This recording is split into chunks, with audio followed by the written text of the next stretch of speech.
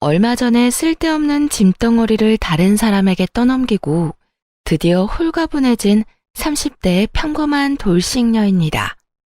결혼을 하고서 마냥 행복하게만 사는 여자는 아마 없을 거라고 생각해요. 알게 모르게 가지고 있는 비밀도 있을 것이고 숨기고 싶은 것도 있을 수 있죠. 남들에게는 항상 잘 사는 것처럼 보이고 싶지만 사실 다른 사람 도움을 받아서라도 벗어나고 싶은 상황도 있기 마련이잖아요. 저는 친정의 도움을 통해 정신 나간 집구석에서 탈출할 수 있었던 사람이에요.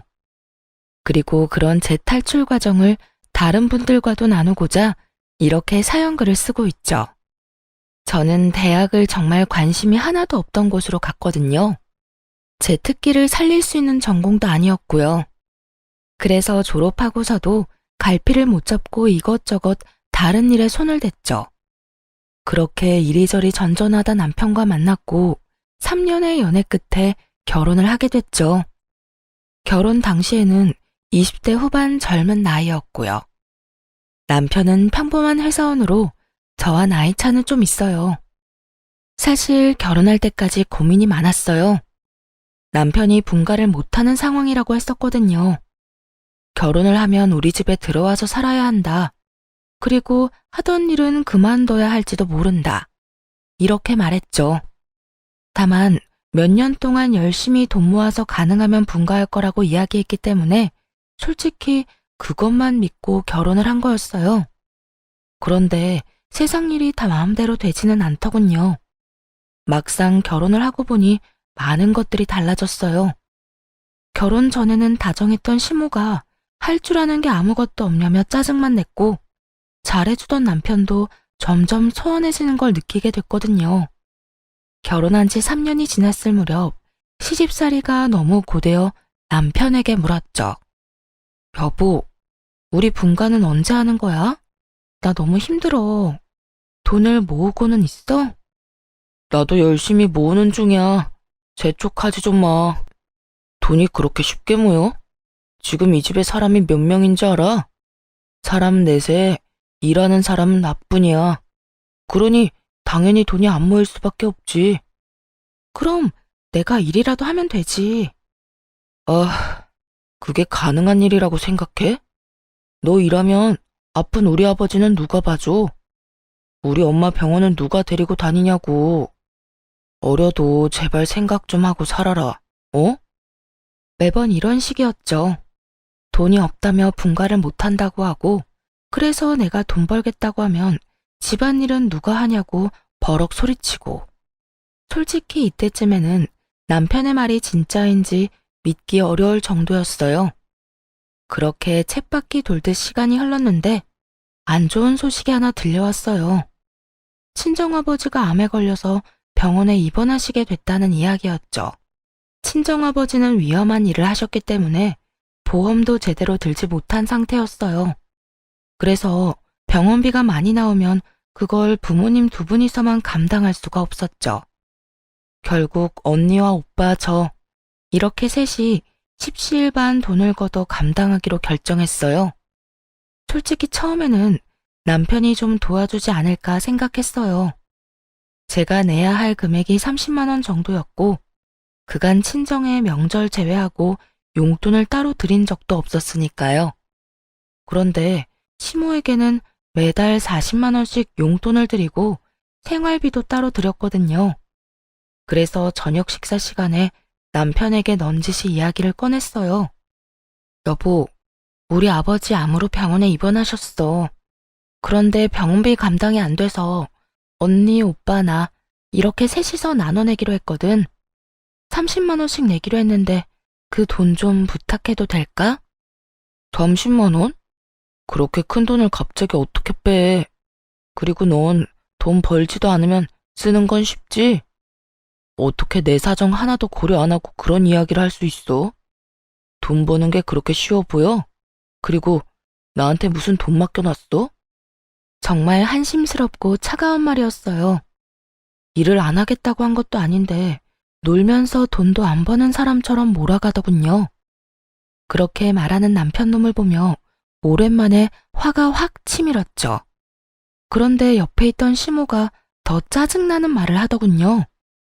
아이고, 돈 한 푼 안 버는 식충이가 무슨 돈을 달래? 너 돈도 안 벌면서 돈 쓸 궁리만 하는 버러지니?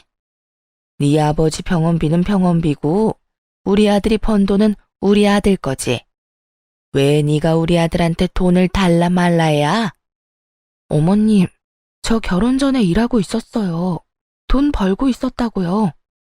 그런데 일 못하게 하고 집안일 시키고 아버님 수발만 들도록 만든 게 누군데? 어머님이랑 당신이잖아. 해달라는 대로 했으면 내가 원하는 것도 들어줘야지. 먹여주고 재워주는데 그런 일도 안 하면 그게 사람이야? 그리고 네가 일해봐야 얼마나 벌어? 하반끈도 짧은 게 고작 200만 원 벌어왔으면서 그걸로 유세는? 그 돈 버느니 우리 집에서 일하고 수발대는 게 훨씬 낫지. 그게 왜 훨씬 나아요? 지금 아버지가 아픈데 돈 한 푼도 못 받는 신세인데. 그리고 제가 집안일에 수발만 들어요? 아가씨는 어떻고요? 매번 집에 와서 애나 보라고 시키고 자기는 놀러 나가고. 나갔다 오면 자기는 손이 없나 발이 없나 반말로 물이나 가져오라고 소리나 치고. 두 눈 부릅뜨고 더럽다며 청소나 하라고 시켜먹기나 하고. 제가 며느리이긴 해요. 이게 식모살이지. 요즘 어떤 며느리가 이렇게 살아요. 더 이상은 못하겠어요. 나도 이제 일하러 나갈 거예요. 무슨 말을 해도 너 왜 우리가 괴롭힌 것처럼 말을 해? 그런 건 다 며느리가 하는 일이야. 싫다고 피해갈 수 있는 것도 아니고. 그게 고가오면 결혼을 하지 말았어야지. 요즘에 차라리 결혼하지 말 걸 절실히 후회하고 있거든요. 어쨌든 내일부터 일자리 알아보러 다닐 거니까 그렇게 알고 계세요. 처음으로 그 사람들에게 크게 반항하고 방으로 들어가 취업 준비부터 했어요. 동네 마트에서 캐셔를 하더라도 지금 이 현실보다는 더 낫겠다는 생각이 들었죠. 일했는데도 안 들어주면 강제로라도 일할 생각이었고요. 그때 남편이 들어오더니 코웃음을 치더군요. 내일부터 일자리 알아보러 다닌다고? 그게 그렇게 쉬운 것 같아? 돈 버는 게 쉬운 일 같냐고. 그리고 너 일하면서 집안일하는 게 얼마나 힘든지 모르지? 내가 너를 위해서 다 그렇게 하자고 한 건데 결국 고생길로 걸어 들어가는구나. 굳이 옆에서 이렇게 빈정대더라니까요. 어이가 없었어요. 저까지 일을 하면 당연히 집안일은 둘이서 같이 해야 하는 거죠. 마누라가 돈을 못 벌어서 아픈 장인어른 병원비 줄 돈도 아깝다고 했잖아요.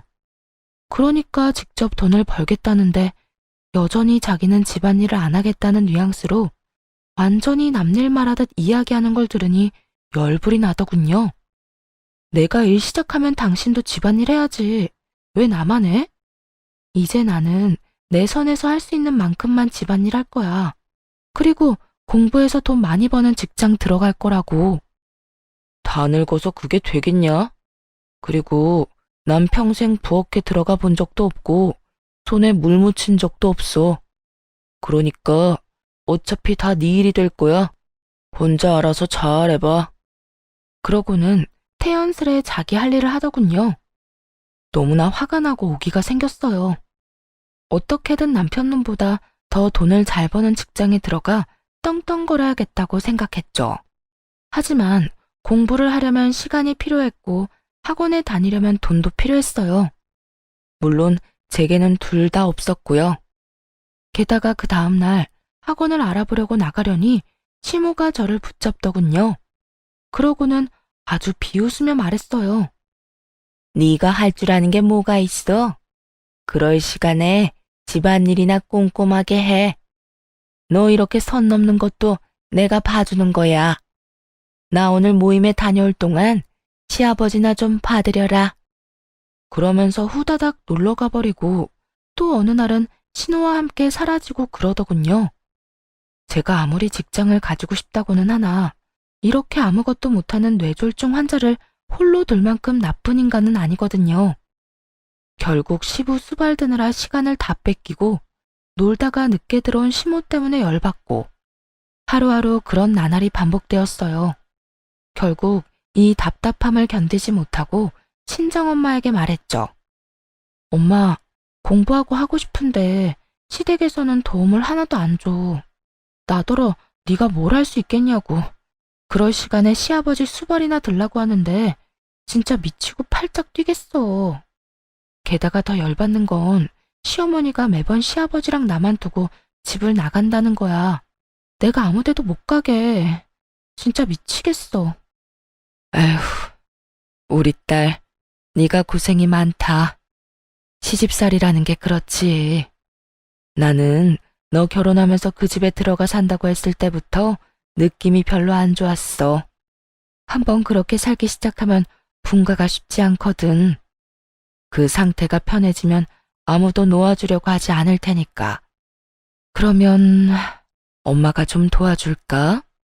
네가 아무리 말해도 안 듣는다면 내가 사위한테 이야기하는 방법도 있지. 엄마가? 그렇게 해주면 나야 좋지.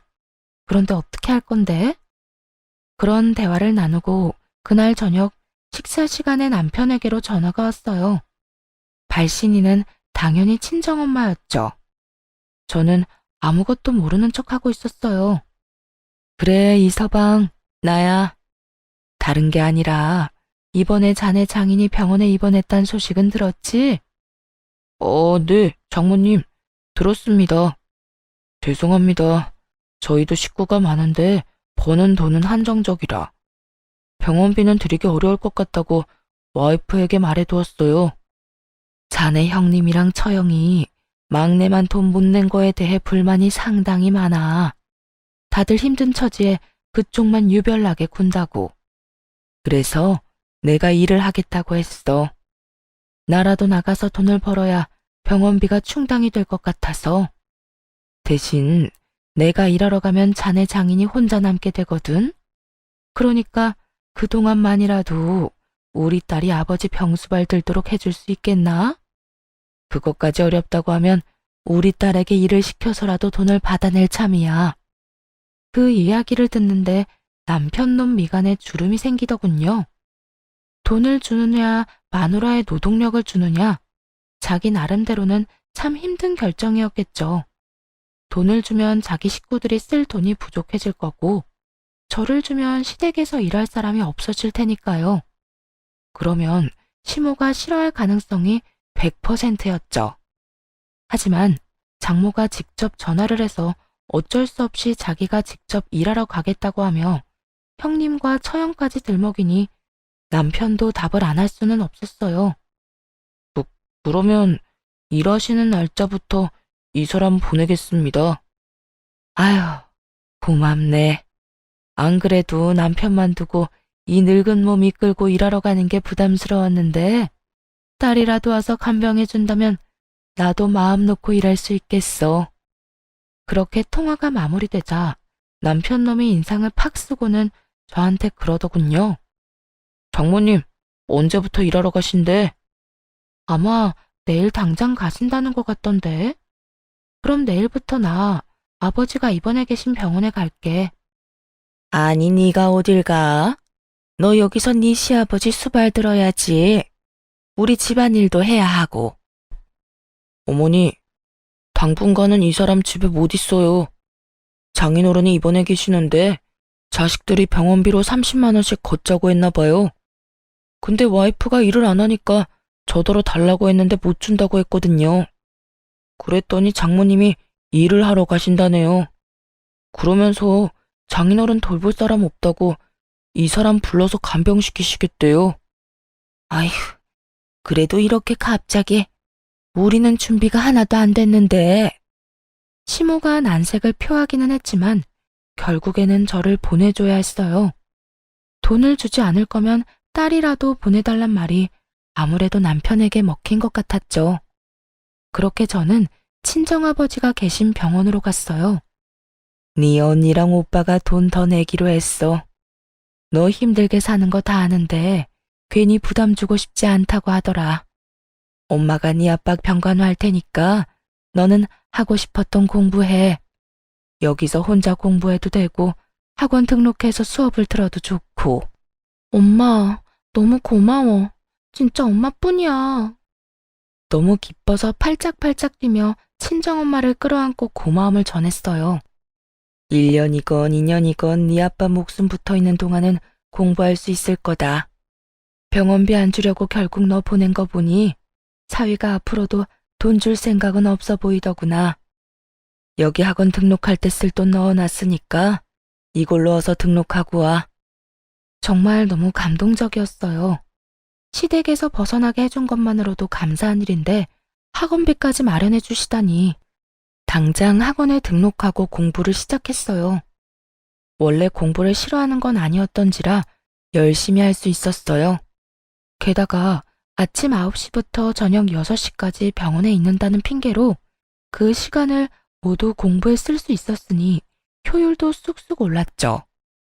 그렇게 1년 만에 공인중개사 시험에 합격하게 됐어요. 1차, 2차를 한 번에 합격하는 건 물론 쉽지 않은 일이었지만 남편과 시댁을 향한 분노와 오기로 그 어려운 시험을 통과할 수 있었죠. 그렇게 시험에 합격하고 나서 남편과 시모에게 전했어요. 아버지 병간호하며 틈틈이 공부해서 합격했어. 나 공인중개사로 일할 수 있거든. 이제 취업할 생각이야. 미쳤어? 왜 쓸데없는 짓을 하고 그래? 돈 버는 것보다 집안일이 더 중요하다고 했잖아. 너 설마 이러려고 장인어른 병간호하겠다고 했던 거야? 지금 내 인생에 돈 버는 것보다 중요한 건 없어. 우리 아빠 아플 때 나한테 일도 안 한다고 하면서 돈 한 푼 안 준 사람이 누군데? 당신이 내 상황이었어도 그런 식으로 이야기했을까? 나는 그 이야기 들을 때 정말 더럽고 치사하다고만 생각했거든? 아, 시집 와서 돈도 못 벌면 친정에 도움도 제대로 못 주겠구나. 그 생각하면서 오기로 시험에 합격한 거라고. 나도 이제 내 돈 벌어서 친정에 당당히 도움 줄 거야. 그럼 아픈 우리 아버지는 누가 돌봐? 당신이 보면 되겠네. 무려 4년 넘게 내가 수발들었어. 당신 아버지가 아픈 건 당신이 알아서 할 일이지. 직접 못하겠으면 돈으로 사람 사서 쓰든가. 당신 그런 쪽으로 계산 잘하잖아. 아냐? 그리고 이제 난 내 아버지만 건사할 생각이라 당신 아버지한테 신경 쓸 틈이 없어. 와, 이게 네 진심이었어? 너 진짜 불효라는 게 뭔지 잘 알려주는 사람이네. 네 아버지만 소중하고 내 아버지는 소중하지 않다. 당신 아버지가 소중하지 않았으면 4년이나 넘게 수발들었겠어? 그리고 불효를 저지르는 건 넌데 왜 내가 욕을 얻어먹어야 해? 당신이야말로 불효자 그 자체 아니야? 아픈 아버지를 마누라한테 맡겨놓기만 하면 다라고 생각하고 있는 건 아니지? 그걸 사람들이 뭐라고 하는지 알아? 대리효도라고 그래. 남 시켜먹을 생각만 하지 말고 당신 스스로 효도할 생각도 좀 해. 뭐? 너 지금 말 다 했어? 나한테 감히 그딴 말을 짓거린 거야? 지금까지 속 편하게 먹여주고 재워준 게 얼만데. 먹여주고 재워줘? 끼고 있네. 넌 그게 와이프한테 할 말이야? 먹여주고 재워주는 대신 죽어라 일 시킬 거면 그게 식모살이랑 뭐가 달라. 차라리 가정부가 더 낫겠다. 돈이라도 받지. 먹여주고 재워준다는 명목하에 돈 한 푼 안 주고 식모살이 시켜놓고는 이제 와서 뭐? 당신이 대체 뭘 해줬는데 이렇게 당당해? 결혼하면 일하지 말고 집안일이며 수발이나 들라고 한 사람은 바로 너야. 그래놓고 재워주고 먹여준 걸로 생색이란 생색을 다 떨어? 웃기지 마. 눈앞에 보이는 게 하나도 없었어요. 시험 합격이라는 추진력을 얻어 자신감이 가득 찬 상태였거든요. 정말 그 전부터 하고 싶었던 말을 다 했던 것 같아요. 이 상황을 깨부셔야 어떻게든 진전이 있을 거라 생각했거든요. 그런데 밖에서 저와 남편의 실랑이를 다 들었는지 시모가 갑자기 방으로 들어와 난리를 쳤어요. 얘 말하는 것 좀 봐라. 이제 돈 좀 벌 거라고 아예 유세를 떠내. 내가 왜 여태 너한테 일 못하게 한 줄 아니? 이럴까봐 그런 거였어. 어쭙지 않게 번 돈 다 친정에 갖다 바칠까봐. 우리가 너한테 해준 게 얼만데 왜 그 돈을 다 친정에만 주려고 하는 거냐? 당연히 네가 버는 돈의 반은 우리 거지. 저 세상 논리를 펼치며 제가 번 돈의 지분이 자신들에게도 있다는 시무를 보고 너무나 어이가 없어서 할 말을 잃어버리고 말았어요. 말을 잊지 못하고 있자 시모가 아주 기세등등해서 그러더군요. 우리한테 돈 다 줄 거 아니면 일하지 마. 아니면 네가 번 돈으로 그동안 못하는 집안일 책임져야지. 네 시아버지 돌볼 간병인도 고용해야 하고 요리해주고 청소해줄 사람도 구해야 하고 너 때문에 못하는 거니까 네 돈으로 해야 할 거 아니냐. 그거 다 해결하기 전에는 일하러 못 간다. 네가 없으니 다 못하는 일 맞잖니? 집안일 할 사람이 없는데. 왜 집안일 할 사람이 없어요? 집에서 제일 하는 일 없는 사람이 하면 되죠.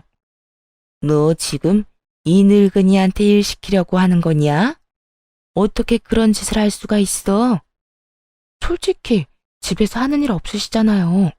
사부작 왔다 갔다 하며 청소, 빨래, 요리해두는 거 일도 아니죠. 그리고 맞벌이하는 부부들은요. 보통 집안일을 나눠서 해요. 둘 다 돈 버니까 집안일도 나눠서. 아시겠어요? 제가 돈도 벌고 집안일도 다 할 거면 결혼은 왜 했겠어요? 차라리 혼자서 속 편하게 살지. 대화를 할수록 이 상황이 비정상이라는 걸 깨닫게 됐어요. 웬만하면 결혼 생활을 유지해야겠다고 생각한 것도 잘못됐다는 걸 알게 됐죠. 이건 평범한 상황이 아니었고 정말 이혼을 해야만 하는 상황이었으니까요. 며느리를 이따위로 취급하는 시댁에서 더 이상 살 필요가 있을까 싶었어요. 게다가 이제는 돈을 마련할 수 있는 최소한의 자격도 생겼잖아요. 그걸 생각하니 없던 용기도 막 솟더라고요. 말을 한마디도 안 지는구나. 너 못 나간다. 밖으로 못 나가. 강경한 제 모습에 시모는 문고리를 잡고 못 나가도록 막아버리더군요. 이에 지지 않고 시모의 손가락을 하나하나 떼어가며 말했어요. 내가 왜 이딴 취급받으면서 당신들하고 살아야 하는 건지 모르겠어. 우리 이혼하자. 나 당신이랑 그리고 당신의 가족이랑 더는 못 살 것 같아. 여보, 무슨 소리야. 이혼은 무슨 이혼? 우리가 왜 이혼을 해? 이제 일 좀 시작한다고 막 들떠서 그렇지? 그거 한때야. 나중에 거품이라는 걸 알게 될 거라고. 거품이든 뭐든 난 더는 이렇게 못 살아. 5년 동안 이 집에서 식모살이 하며 산 것도 진짜 대단하다고 생각하거든? 그러니까 제발 이혼 좀 해줘. 나 이런 데서 시달리다 죽기 싫으니까. 그렇게 소리를 빽 지르고 친정으로 와버렸어요. 짐들을 다 놔두고 왔지만 나중에 몰래 가서 가져올 생각이었고요. 시댁에서 나와 가장 먼저 한 일은 변호사를 만나는 일이었어요. 그리고 바로 이혼 소송을 접수했죠. 그날 저녁 시모에게서 전화가 계속해서 오더군요. 전화를 안 받으니 그 다음에는 문자까지 왔어요. 이혼은 무슨 이혼이냐. 내 눈에 흙이 들어가도 이혼은 안 된다. 너는 죽어도 이 집 귀신이다 등등. 이런 무시무시한 문자를 많이도 보내더군요. 참 웃겼어요. 묵묵히 일만 하던 식모가 이제 자기 살 길 찾아 떠나려니 이렇게 앞길 막으려는 사람이 많은가 보다 싶었죠. 시간이 흐르고 남편과의 이혼, 그리고 새로운 직장에 적응하기 등 그런 것들로 하루하루가 굉장히 버겁고 힘든 상황이 되었어요. 솔직히 다른 거에 신경 쓰고 싶은 생각도 없었죠. 그런데 하루는 웬 여자가 저를 찾아온 거 있죠. 처음에는 집 보러 온 고객인가 싶었는데 저를 콕 집어 잠깐 밖에서 보자더군요. 누구냐고 물었더니 남편 이름을 대며 할 이야기가 있다고 하는 거예요. 그 여자가 꺼낸 이야기는 충격적이었죠. 나요. 그 사람 애인이에요. 그런데 그 사람이 당신 때문인지 나하고 결혼을 빨리 안 해주더라고요. 이혼을 한다고 했는데 어떻게 됐는지 이야기도 안 해주고. 그래서 그 사람 등 떠밀어 주려고 당신 만나러 온 거예요. 우리를 위해서 빨리 이혼해주면 안 될까요?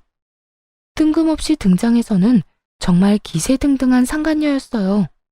저는 남편에게 상간녀가 있는 줄도 몰랐거든요. 이혼을 결정하고 나서는 신경 쓸 겨를도 없었으니까요. 그 전에는 시험 공부 때문에 바빠서 눈치도 못 챘고요. 솔직히 처음에는 화가 엄청 났거든요. 아픈 장인에게 줄 병원비는 없으면서 여자한테 쓸 돈은 많나 하는 생각 때문에요. 이혼을 결심하기 전이었다면 계속해서 화나고 열받았을 텐데 남편 측이 이혼을 안 해주고 있는 이 상황에서는 무척이나 환영할 만한 등장이었죠. 솔직하게 말해서 제 입장에서는 막을 이유가 전혀 없잖아요. 나 대신 그 지옥불에 스스로 들어가겠다는 용감한 여인을 말이에요. 누가 봐도 제가 그 사람이랑 더 잘 어울려요. 그리고 그 사람이 저한테 쓴 돈도 어마어마하고요. 저는 사랑하지 않으면 그렇게 못한다고 생각하거든요. 남편의 어디가 좋아서 결혼하려고 하시는 건지 물어봐도 되나요? 우선은 돈을 잘 벌잖아요. 그리고 저한테 잘 쓰기도 하고. 무엇보다 잘해주니까 여자로서 마음이 혹할 수밖에 없죠. 그거면 끝 아닌가? 듣자 하니 와이프한테는 돈도 잘 안 쓰고 잘해주지도 않는다고 하던데. 솔직히 그러니까 지금 그런 꼴로 다니시는 거겠죠. 저는 그 사람이 명품 가방도 선물해주거든요. 상간녀가 들고 있는 가방은 정말 몇백만 원짜리 명품 가방이었어요. 그걸 보고도 화가 나기는커녕 도리어 차분해졌죠. 그래, 이 사람한테 모든 걸 넘기자. 사실 그 생각만 들었거든요. 좋네요. 그럼 그쪽이 그 사람 가지세요. 저는 딱히 이제 필요 없거든요. 저한테는 돈 쓰기 싫어하는데 당신한테는 잘만 쓴다니 다행이네요. 그런데 대신 이거 하나는 알아둬요. 난 당신한테도 위자료 받을 거예요. 상간녀 위자료 청구 소송 알죠? 그 사람이 유부남인 거 알고 당신이 먼저 찾아와서 이혼해달라고 말했으니까요. 나는 이제 더 이상 그 사람하고의 관계에서 손해보는 짓은 안 하고 싶거든요. 뭐, 맘대로 해요. 어차피 그 위자료도 그 사람이 내줄 거니까. 난 이렇게 해도 저렇게 해도 상관없어요. 자신만만한 상간녀 모습을 보며 너무 웃겼죠. 자기가 가려는 길이 가시밭길인 걸 알고 있는 걸까요? 아니, 알았다면 찾아와서 이런 좋은 제안을 하진 않았겠죠. 서로 헤어지기 전에 마지막으로 물었어요. 그거 말고 저한테 할 말 있어요? 그 사람 월급이 얼마 정도인지 알아요? 그건 왜요? 당신한테는 돈 많이 쓴다면서요. 그럼 많이 벌겠지. 나한테 한 달에 100만 원씩 꼬박꼬박 주긴 했거든요. 그런데 월급이 얼만지는 절대 이야기를 안 해주더라고요. 그러니까 궁금하잖아요. 얼마나 벌길래 내 연유한테 그만큼이나 돈을 주나 싶고. 설레발치며 김칫국 마시는 상간녀를 보고 속으로 남편에게 욕을 한바탕 했어요. 남편이 자기 월급은 300만 원밖에 안 된다고 했었거든요. 시댁에서 쓰는 돈의 규모를 보면 실제로도 딱 300만 원 정도 쓰고 있었고요. 그런데 알고 보니 실제 월급이 400만 원인 거잖아요. 저와 시모에게까지 월급을 줄여서 이야기한 거더군요. 솔직히 화내고 싶었지만 이제 앞으로는 볼 일 없는 인간이니 그냥 혼자서만 알고 있으려 했어요. 화나는 것과 별개로 상간녀와의 만남은 매우 유익한 시간이었어요. 그때 나눈 대화 덕분에 수월하게 이혼할 수 있었거든요. 배우자의 유책 사유를 밝히는 게 제 상황에서는 좀 애매했거든요. 법적으로 따지니 괴롭힘의 증거가 부족해서 좀 걱정스러웠는데 이렇게 떡하니 외도한다는 사실을 알려주는 사람이 나타나서 다행이었죠. 당연히 저한테 더 좋은 쪽으로 판결이 났고요. 결국 위자료의 재산 분할까지 살뜰하게 챙길 수 있는 건 다 챙겨서 이혼했어요. 그리고 상간녀 소송까지 진행해서 그 위자료도 빠짐없이 청구했죠. 상간녀의 존재가 드러난 뒤에 남편놈이 시댁에 이야기를 했을 거라고 생각했어요.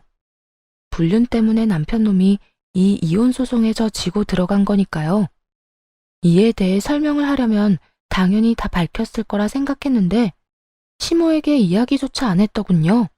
그리고 시댁에 상간녀가 들어갔다는 이야기도 없었고요. 그 사실을 어떻게 알았냐고요? 이혼 판결이 난 날 시댁집에 제 물건을 가지러 잠깐 들렀거든요. 솔직히 가져올 짐이 많지는 않았지만 버리기 아까운 물건들이 몇 개 있어서요. 그렇게 시댁에 들어갔더니 시모가 씩씩거리며 집안을 청소하고 있더군요. 그러고는 저를 보더니 폭발한 듯 화를 냈어요. 너 여기가 어디라고 와?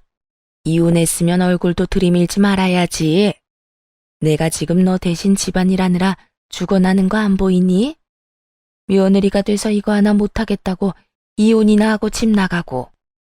잘하는 짓이다. 망할 것 같으니라고. 우리를 이렇게 물 먹여놓고 나가서 잘 살 수 있을 것 같아? 넌 나가자마자 망할 거야. 하는 일마다 다 재수가 없을 거라고. 이 천하의 재수없는 년아. 네네. 그런데 왜 어머님이 청소를 하고 계세요? 이 사람 내연녀 있는데요. 사귀는 사람 있어요. 몰래 바람 피운 여자. 그 여자가 이 집에 그렇게 들어오고 싶어 하던데 왜 안 왔나 모르겠네요. 그 여자한테 시키면 되잖아요. 뭐? 그런 여자가 있어? 너 왜 숨겼어? 그런 여자가 있으면 당장 데려와야지. 봐라. 너 같은 거 없어도 우리 집에 여자가 넘쳐난다. 우리 아들 마누라 자리를 탐내는 여자가 이렇게 많아. 어머니, 아직은 시기상조예요. 불러서 뭐 어쩌시려고요? 일단 나중에 좀 더 시간이 지난 뒤에 불러서. 그동안 내 어깨며 허리며 다 못 쓰게 되면 네가 책임질래? 난 이제 못한다. 힘들고 아파서 더는 못해. 며느리감이 있는데 왜 안 데려와? 일을 시키면 저처럼 도망갈까봐 남편 놈은 상간녀를 부르기 꺼리는 느낌이었어요. 하긴 그럴 가능성은 충분히 높았죠. 상간녀가 얌전히 집에서 일할 만한 관상은 아니었거든요. 돈 때문에 남편과 저를 하루빨리 찢어놓으려는 여자였는데 여기서 시모가 시키는 대로 일을 한다고? 절대로 그렇게는 못할 사람이에요. 그런데 남편이 상간녀를 안 데려오면 이야기가 진행이 안 되잖아요. 저도 내심 이 집안이 풍비박산 나는 거 보고 싶었거든요. 그래서 몰래 그 여자한테 문자 보냈어요. 남편 놈 어머니가 당신 보고 싶어 하니까 당장 달려오라고요. 야무지게 지도도 첨부해서 말이죠. 그리고 두 번째 폭탄을 시모 앞에 터뜨려줬어요. 하긴 데려오기 좀 그럴 수도 있죠. 그 여자 데려오려면 월급 이야기도 솔직하게 해야 하니까요. 월급? 그게 무슨 소리야? 이 사람이 그동안 저랑 어머님 속이고 상간녀한테 매달 100만 원씩 줬대요. 세상에, 월급이 300인 줄 알았는데 400이더라고요. 그중에 100만 원이나 매달 내연녀한테 쓰다니 얼마나 통 큰 사람이에요. 어머니한테는 꼴랑 용돈 40만 원만 주던 사람이. 제 말에 정신이 획가닥 돌았는지 시모의 눈이 뒤집어지더군요. 이 미친놈이 여자한테 100만 원씩 줬다고? 야, 네가 진짜로 미쳤구나. 어떻게 집도 아니고 밖에다가 그렇게 돈을 뿌리고 다녀? 그래놓고 여태 돈 없다고 용돈을 40만 원만 줬어? 이 천하의 나쁜 놈 같으니라고. 너 엄마는 줄 돈 없다고 속이고 바람 피우는 년한테 돈 다 몰아준 거야? 시모도 화가 날 만하죠. 우리 아버지 아프다고 병원비 좀 달라 했을 때 돈 없다고 안 주던 놈이 원래는 100만 원이나 더 벌고 있었다는 걸 알았을 때 저처럼요. 저 대신 열심히 화내며 남편 놈 등짝을 두드리는 시모를 보고 묘한 희열을 느꼈어요. 그리고 옆에서 짐이나 부지런히 챙겼죠. 두 사람이 싸우거나 말거나 저하고는 이제 상관없잖아요. 구경하는 건 너무 재밌었지만 굳이 끼고 싶지는 않으니까요. 그런데 도중에 벨이 울리더군요. 혹시라도 남편 놈이 돌려보낼까봐 손수 문을 열어줬어요. 상간녀가 등장하자 남편 놈 얼굴이 부들부들 떨리기 시작하더군요. 너 여기 왜 왔어? 내가 때 되면 부른다고 했잖아.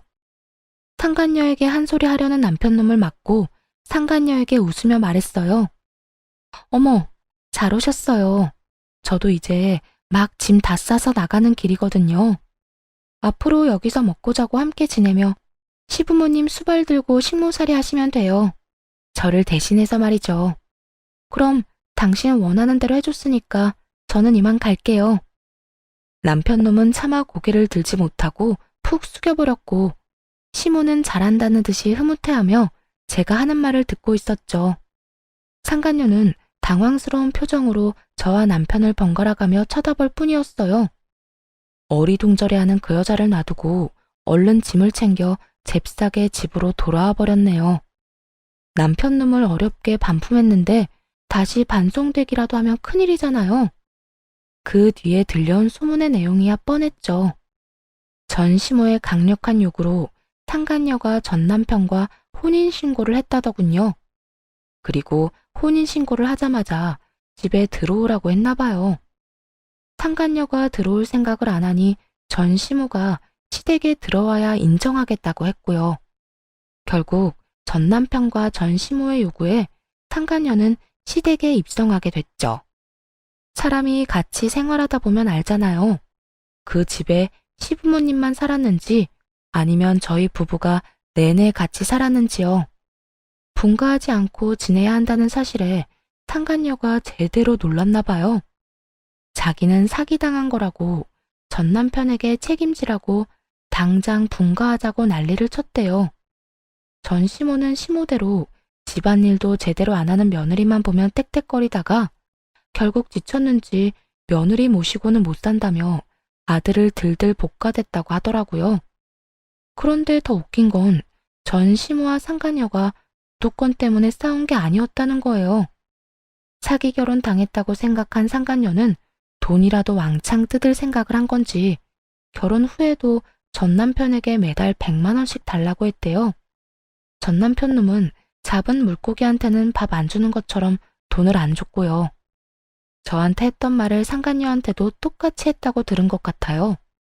집에만 있으면서 돈 쓸 데가 어디 있냐고요. 그런데 두 사람의 대화를 듣고 있던 전 시모가 뭐라고 했다는 줄 아세요? 살림 안 하는 며느리 대신 자기한테 그 돈 내놓으라며 아들 붙잡고 호소했다네요. 그러자 상간녀가 전 시모 머리채 붙잡고 늙은 노친네 운운하며 먼저 싸움을 걸었고 결국 전 시모도 상간녀의 머리를 쥐어잡으며 서로 피 터지게 싸웠다고 하더군요. 이게 다 상간녀 입에서 나온 이야기예요. 친구들, 지인들 할 것 없이 모든 사람에게 다 말하고 다니는 바람에 전 남편과 전 시모의 평판은 완전히 바닥을 쳤죠. 그 뒤로 조용하더니 어느 날 지인으로부터 전 시모의 근황을 들을 수 있었어요.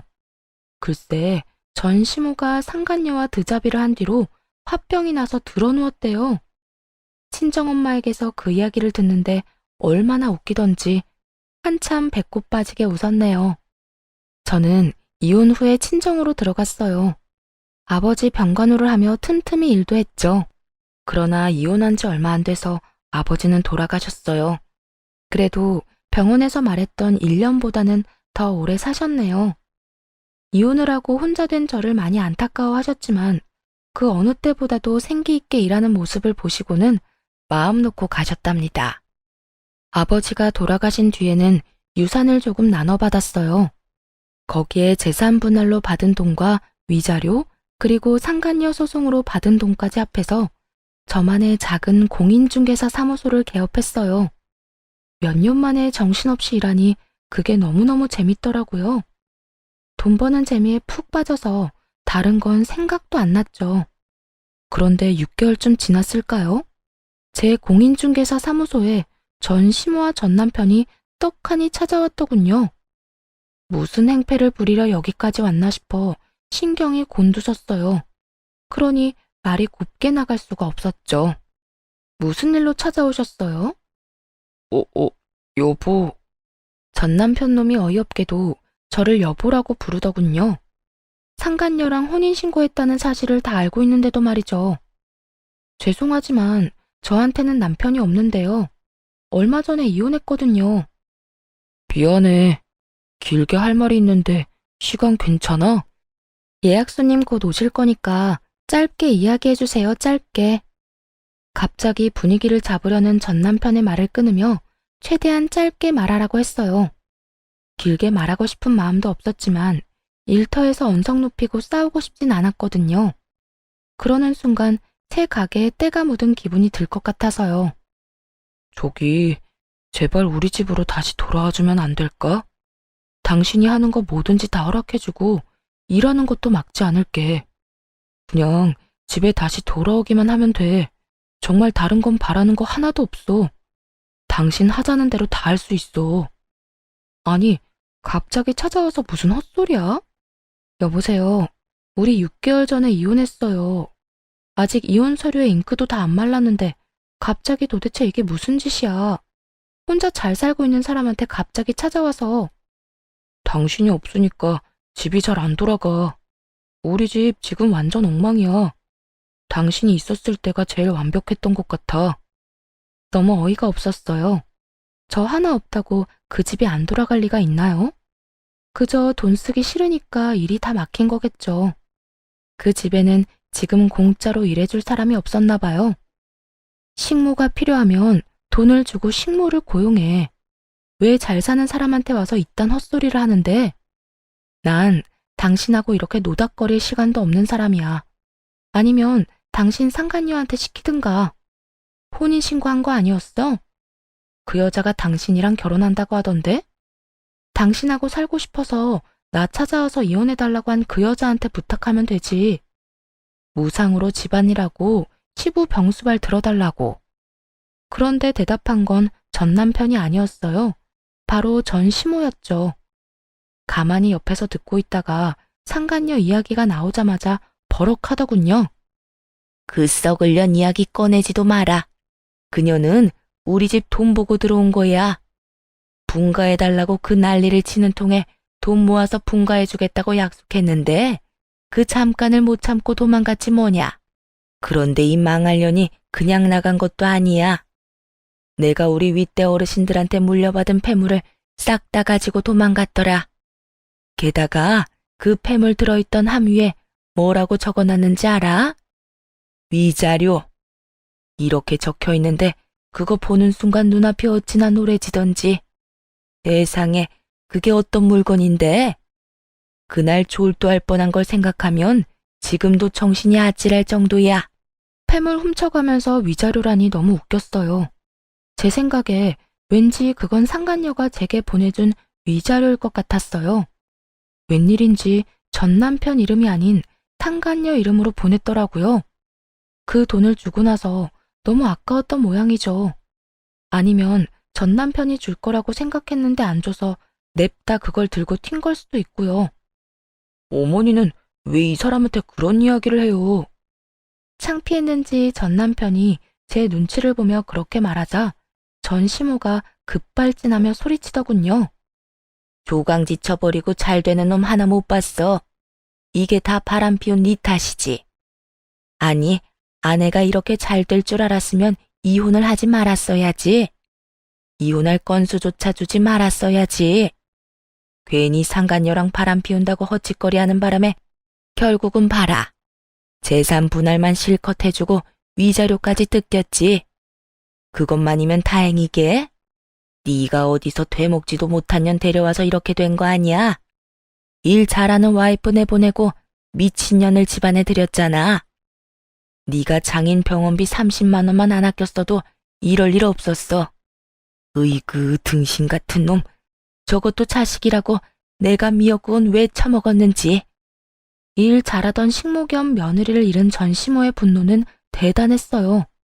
그렇지만 아직도 모르는 게 하나 있더군요. 우리 부부는 언젠가는 깨질 사이였다는 거요. 일방적으로 한쪽만 착취당하는데 지속된다는 게 더 웃긴 거잖아요. 제가 언제까지 참을 거라고 생각했는지는 모르겠는데 아마 몇 달도 안 돼 폐물 들고 도망간 상간녀보다는 월등히 나아 보였나 보죠. 그러자 전 남편 놈도 화가 나는지 자기 엄마에게 큰 소리를 치더군요. 와이프를 식모처럼 부렸던 사람은 어머니잖아요. 사람 무시하고 모멸감까지 줬으면서 왜 저한테 책임 전가하시는데요? 그리고 그 여자 일도 그래요. 처음에 부르지 말자고 했잖아요. 시간을 들이자고. 그런데 뭐가 그렇게 급했는지 조금도 못 참고 불러들여서는 결국 보세요. 여자가 놀라서 도망갔잖아요. 요즘 세상에 시부모 수발 들면서 함께 사는 여자가 어딨어요? 저를 좋아해서 결혼해서 다 나가 떨어질 판이라고요. 하라고 하는 대로만 했으면 다 잘 풀렸을 텐데 어머니가 죄다 망친 거예요. 그리고 어머니가 집안일도 안 하겠다, 수발도 안 들겠다, 그러는 바람에 아버지 요양병원비며 생활비며 돈이 두세 배로 나가고 있다고요. 그런데 하는 것도 없는 주제 맨날 돈이나 달라고 하고. 양심이라는 게 있긴 해요? 두 사람이 싸우는 걸 듣는데 제 머리가 다 어질어질하더군요. 그래서 둘의 목소리가 더 커지기 전에 끼어들었어요. 남의 사업장에서 이러지 마시고 싸우시려면 밖에 나가서 싸우세요. 그리고 나간 김에 좀 꺼져 주시고요. 남 탓은 대체 왜 하시는 거예요? 둘 다 똑같이 잘못한 건 사실이잖아요. 당신은 우선 바람을 피우면 안 됐고, 우리 아버지 아플 때 조금이라도 돈을 썼다면 내가 이혼할 생각도 안 했겠지. 그리고 어머님도 마찬가지예요.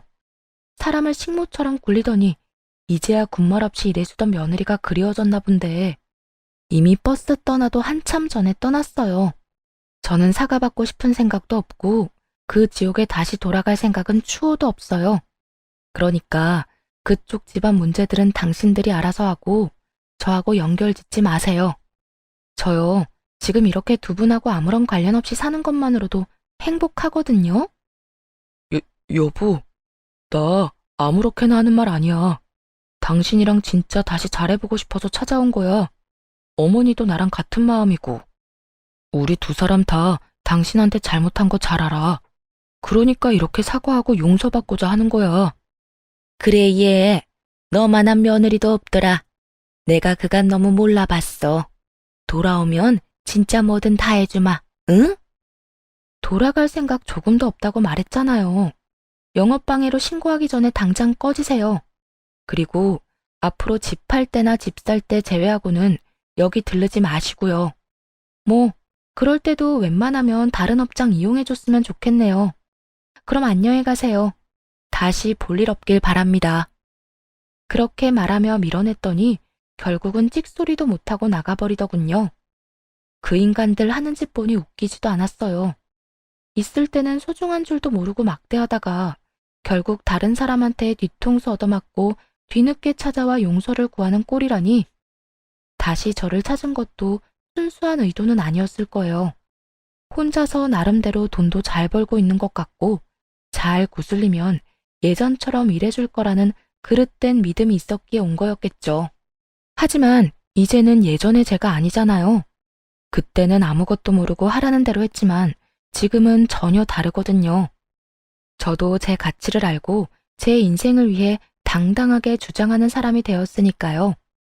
저를 찾아왔다 간 후에도 전 시모와 전 남편이 제정신 못 차리고 또 싸워서 동네 주민들 민원으로 경찰까지 출동했다고 하더군요.